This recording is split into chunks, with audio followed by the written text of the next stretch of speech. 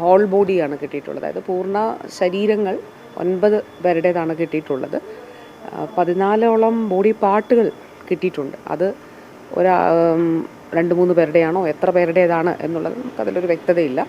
അപ്പോൾ ഇന്ന് രാവിലെ 9 മണിയോടുകൂടി രാജീവ് ഗാന്ധി ഇൻസ്റ്റിറ്റ്യൂട്ട് ഓഫ് ബയോടെക്നോളജിയിൽ നിന്നുള്ള വിദഗ്ധരെത്തും. നമ്മൾ അത് തീരുമാനിച്ചിട്ടുള്ളതും പ്രോട്ടോക്കോളും എല്ലാവരുടെയും, ഇപ്പോൾ ബോഡി വിട്ടുകൊടുത്തവരുടെ ഉൾപ്പെടെയുള്ളവരുടെ സാമ്പിളുകൾ നമ്മൾ എടുത്തിട്ടുണ്ട്. ബാക്കി ഉള്ളവരുടെയും ബോഡി പാർട്സിൻ്റെയും സാമ്പിളുകൾ എടുക്കുകയും ആ സാമ്പിളുകൾ DNA പരിശോധനയ്ക്ക് വേണ്ടിയിട്ട് വിധേയമാക്കുകയും ചെയ്യും. ഇനി കാണാനുള്ള ആളുകളുടെ അല്ലെങ്കിൽ മിസ്സിംഗ് ആയിട്ടുള്ള ആളുകളുടെ, അവിടെ ഉണ്ടായിരുന്നു എന്ന് കരുതപ്പെടുന്ന ആളുകളുടെ ബന്ധുക്കൾ എത്തുന്ന മുറയ്ക്ക് അവരുടെ സാമ്പിളുകൾ കൂടി എടുത്ത് ഈ 2 സാമ്പിളുകളും മാച്ച് ചെയ്യുന്നത് എവിടെയാണ്, ആരുടേതാണ് എന്നുള്ളത് കണ്ടിട്ട് ആ സാമ്പിളുകൾ, ആ ബോഡി പാർട്ടുകൾ അവർക്ക് വിട്ടുകൊടുക്കുക എന്നുള്ളതാണ്. ഇന്നലെ രാത്രി വൈകി ഫോറൻസിക് വിഭാഗം മേധാവി പറഞ്ഞ ഒരു കാര്യം കൂടിയുണ്ട്. നമ്മൾ പ്രോട്ടോക്കോൾ അനുസരിച്ച് എല്ലാ ബോഡികളും ഓട്ടോപ്സി ചെയ്തിട്ട് പോസ്റ്റ്മോർട്ടം ചെയ്തിട്ട് വെക്കുക എന്നുള്ളതാണ് നമ്മളുടെ ഒരു കീഴ്വഴക്കം. പക്ഷേ ഇവിടെയുള്ളൊരു പ്രശ്നം, വയനാട്ടിൽ നിന്ന് വ്യത്യസ്തമായിട്ട് ഇവിടെയുള്ളൊരു വിഷയം, വയനാട്ടിൽ കുറച്ചുകൂടി ഐഡൻറ്റിഫിക്കേഷൻ, അപ്പോൾ നമ്മളൊരു 2-3 ദിവസമൊക്കെയാണ് ഡിക്കമ്പോസ് ചെയ്തത്. പക്ഷേ ആദ്യത്തെ ദിവസങ്ങളിലൊക്കെ ബോഡി അതുപോലെ തന്നെ ആണ്, ഐഡൻറ്റിഫിക്കേഷൻ കുറച്ചുകൂടി എളുപ്പമായിരുന്നു. പക്ഷേ ഇവിടെ ബോഡി കരിഞ്ഞ നിലയിലായതുകൊണ്ട് ഐഡൻറ്റിഫിക്കേഷൻ വളരെ വളരെ ദുഷ്കരമായിട്ടുള്ളൊരു കാര്യമാണ്. അപ്പോൾ അതുകൊണ്ട് കൃത്യമായ ആളുകൾ തന്നെ, അല്ലെങ്കിൽ ഡെഡ് ബോഡീസ് തന്നെ ബന്ധുക്കൾക്ക് അവർ ഐഡൻറ്റിഫൈ ചെയ്യുന്നു എന്നുള്ളതും അവർക്ക് കൊടുക്കുന്നു എന്നുള്ളതും ഉറപ്പാക്കുക എന്നുള്ളത് വളരെ വളരെ പ്രധാനപ്പെട്ടൊരു കാര്യമാണ്. അതുകൊണ്ട് ഡോക്ടേഴ്സ് ഇന്നലെ പറഞ്ഞൊരു കാര്യം, എല്ലാ ബോഡീസും പോസ്റ്റ്മോർട്ടം ചെയ്യാൻ സാധിക്കുന്നില്ല. കാരണം ചില ഐഡൻറ്റിഫിക്കേഷൻ ചിലപ്പോൾ ഈ പോസ്റ്റ്മോർട്ടം ചെയ്ത് കഴിഞ്ഞാൽ ചിലപ്പോൾ ആ ഒരു ഐഡൻറ്റിഫിക്കേഷൻ ഇച്ചിരി പ്രയാസകരമാവുന്നൊരു സാഹചര്യം ഉണ്ടെങ്കിൽ എന്തെങ്കിലും ഒരു സൂചനയായിരിക്കും ഉണ്ടാവുക. അപ്പോൾ ഇന്നലെ തന്നെ ഒരു ബോഡി ഐഡൻറ്റിഫൈ ചെയ്തത് കടുക്കനുണ്ടായിരുന്നു എന്നുള്ളത് ആണ് ചെയ്തത്. അപ്പോൾ അതൊക്കെ കുറച്ചുകൂടി നമുക്ക് പെട്ടെന്ന് ഒരു പക്ഷേ ചെയ്യാം. അപ്പോൾ ഒന്നിലധികം പേർ അങ്ങനെ ഉണ്ടായിരുന്നോ, അതൊക്കെ ഉണ്ടാകാം, അല്ല നോക്കുന്നുണ്ട്. അപ്പോൾ അതുകൊണ്ട് പോസ്റ്റ്മോർട്ടം ഈ ഒരു ഐഡൻറ്റിഫിക്കേഷൻ പ്രോസസ്സിനെ കുറച്ച് ദുഷ്കരമാക്കുമോ എന്നുള്ള ഒരു പ്രശ്നം ഫോറൻസിക് വിഭാഗം മേധാവി ഉൾപ്പെടെ പറഞ്ഞതുകൊണ്ട് ഇവിടെ നമ്മൾ ആ ഒരു കാര്യത്തിന് കൂടി പരിഗണന കൊടുക്കുന്നുണ്ട്.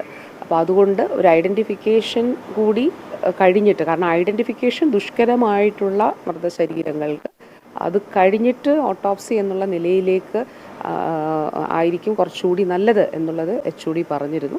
അപ്പോൾ ആ നിലയിൽ അത് ക്രമീകരിക്കുന്നതിനാണ് പറഞ്ഞിട്ടുള്ളത്. കുറച്ച് സമയമെടുക്കും, കുറച്ച് ദിവസങ്ങൾ നമുക്ക് എടുക്കും. പക്ഷേ അതുകൊണ്ടാണ് ഇന്ന് രാവിലെ തന്നെ അവർ സാമ്പിൾ എടുത്തിട്ട് അവരത് പരിശോധനയ്ക്ക് വിധേയമാക്കും. മാച്ചിങ് സാമ്പിളുകൾ കണ്ടെത്തിയിട്ട് ബോഡി പാർട്സോ അല്ലെങ്കിൽ മൃതശരീരങ്ങളോ വിട്ടുകൊടുക്കുന്നതിന് വേണ്ടിയിട്ടുള്ള നടപടികളാണ് സ്വീകരിച്ചിട്ടുള്ളത്. അപ്പോൾ അറ്റ് ദ ഏർലിയസ്റ്റ്, ഏറ്റവും പെട്ടെന്ന് തന്നെ അത് ചെയ്യുന്നതിന് വേണ്ടിയിട്ടാണ് ശ്രമിച്ചത്. ഇപ്പോൾ ആ സ്റ്റാറ്റസ് കോ മെയിൻറ്റെയിൻ ചെയ്യുകയാണ്. നമ്മൾ ഇന്നലെ പറഞ്ഞതുപോലെ 2 പേരാണ് വെന്റിലേറ്ററിലുള്ളത്. അപ്പോൾ 2 പേരുടെയും അവർക്ക് ഏതാണ്ട് ഒരു 98% ബേൺസ് ഉള്ളവരാണ്. അപ്പോൾ അവരുടെ ഇൻറ്റേർണൽ ഓർഗൻസ് എല്ലാം നമ്മൾ CT സ്കാൻ ചെയ്തിരുന്നു. കാരണം ആന്തരിക അവയവങ്ങൾക്ക് എത്തരത്തിൽ അവർ ഫങ്ഷനിങ് ആണോ എന്നുള്ളതൊക്കെ ഉറപ്പാക്കിയിട്ടുണ്ട്. അപ്പോൾ പരമാവധി അവർക്ക് അവരുടെ ജീവൻ രക്ഷിച്ചെടുക്കുന്നതിന് വേണ്ടിയിട്ടുള്ള ശ്രമം അത് നൽകുന്നുണ്ട്. ബാക്കി 10 പേരാണ് ICUയിൽ ഉള്ളത്. 13 പേരാണ് നിലവിൽ ഇൻജേർഡായിട്ട് മെഡിക്കൽ കോളേജിൽ ചികിത്സ തേടിയിട്ടുള്ളത്. അപ്പോൾ അതിൽ 10 പേര് ICUയിലുണ്ട്. ഈ 10 പേരുടെ സ്ഥിതി, 10 പേരെങ്ങനെ നമ്മൾ നോർമൽ അവസ്ഥയിലേക്ക് വരുമോ? അതിൽ 5 പേര് മൈനറായിട്ടുള്ള പൊള്ളലുകൾ ഒക്കെയാണ് ഉള്ളത്. അവർക്ക് കുഴപ്പമില്ല.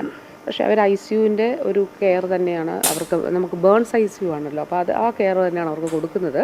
ബാക്കിയുള്ള 5 പേരിൽ ഈ 3 പേര്, അതിൽ 2 പേരാണ് വെന്റിലേറ്ററിൽ ഉള്ളത്. അപ്പോൾ അവർക്ക് അതനുസരിച്ചിട്ടുള്ള എല്ലാ സപ്പോർട്ടും കൊടുക്കുന്നുണ്ട്. പിന്നെ സൈക്കോളജിക്കൽ സപ്പോർട്ട്, മാനസിക പിന്തുണ നൽകുന്നുണ്ട്. അത് നമുക്ക് പൊതുവിൽ അതിന് വേണ്ടിയിട്ടുള്ളൊരു ടീം രൂപീകരിച്ചിട്ടുണ്ട്. പിന്നെ ഇന്നിപ്പോൾ പകലാകുമ്പോൾ ചിലപ്പോൾ കുറച്ചുകൂടി അന്വേഷണങ്ങൾ ഉണ്ടാകാം. അതുകൊണ്ട് തന്നെ മെഡിക്കൽ കോളേജിലെ കൺട്രോൾ റൂം, കളക്ട്രേറ്റിലേത്, അതുപോലെ താലൂക്ക്, വില്ലേജിലേക്ക് കൺട്രോൾ റൂം അപ്ഡേറ്റഡ് ആകുന്നതിന് വേണ്ടിയിട്ടും ഏതെങ്കിലും തരത്തിൽ ഇപ്പോൾ ബന്ധുക്കളോ പ്രിയപ്പെട്ടവരുടെ വിവരങ്ങൾ അറിയണമെങ്കിൽ ദയവായിട്ട് ആ കൺട്രോൾ റൂമുകൾ വഴി അവിടെ ബന്ധപ്പെടാവുന്നതാണ്, വിവരങ്ങൾ എടുക്കാവുന്നതുമാണ്.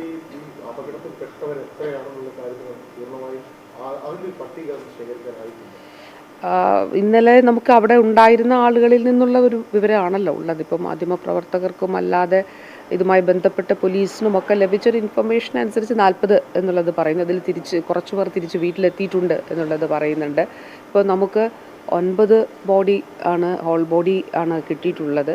13 പേർ അവിടെ 13+1 എന്നുള്ള നിലയിലാണ്. ഒരാൾ രക്ഷപ്പെട്ട് വന്ന ഒരാൾ കൂടി സപ്പോർട്ട് കൊടുക്കണം എന്നുള്ളത് കൊണ്ട് അദ്ദേഹത്തിന് കൂടി അവിടെ വേണ്ട ക്രമീകരണങ്ങൾ ഒരുക്കണം, ഒന്ന് അഡ്മിറ്റാക്കണം എന്നുള്ളത് ഇന്നലെ പറഞ്ഞിരുന്നു. അപ്പോൾ അങ്ങനെയാണെങ്കിൽ അവർ അത്രയും പേർ അവിടെയുണ്ട്.